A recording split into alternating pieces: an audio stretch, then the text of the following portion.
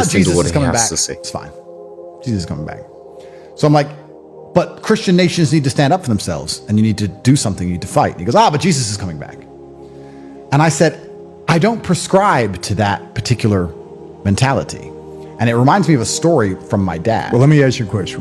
When you say you don't prescribe to that mentality, do you not believe Jesus is coming back, or you just don't believe in that mentality you just described? I do believe, let's say I believe Jesus was coming back. That wouldn't mean I don't take action. That wouldn't mean I just wait. I agree with that. I don't agree with it's going to be fine, it'll be fixed by Jesus. No. I'll give you a quick example. My father was a world-class chess player. He was a professional chess player. I used to go with him to chess tournaments.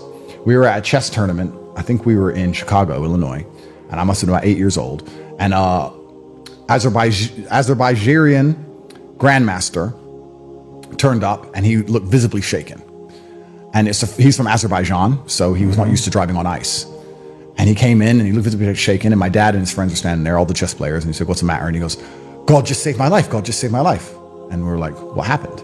He said, "I was driving on the bridge, and I lost control on the ice, and I was heading towards the edge of the bridge, and the car wasn't responding, and I just closed my eyes, and I prayed to God, and I opened my eyes, and I stopped just before I went off the bridge. I broke the barrier. I nearly went off the bridge. God saved my life. God saved my life." And I remember my dad said, "Maybe God saved your life, but I wouldn't have taken my hand off the wheel." Mm-hmm. And that was his mentality. And I remember him saying, I was only 8. Mm-hmm. I remember him saying that and walking off.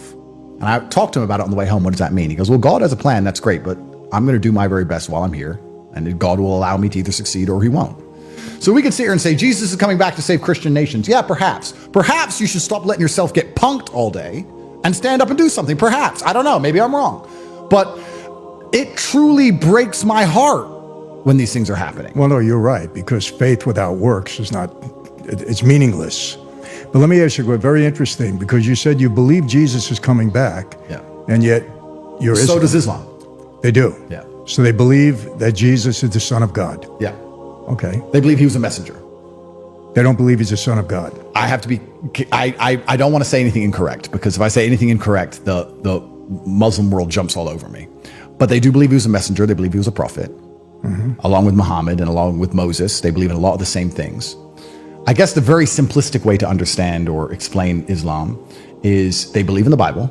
They believe in all of it. They just wrote one more book afterwards by one more messenger, Muhammad, peace be upon him. And in his book, he said, Christians are right. Everything's right. But there's also this part. That's the very simplistic view of it.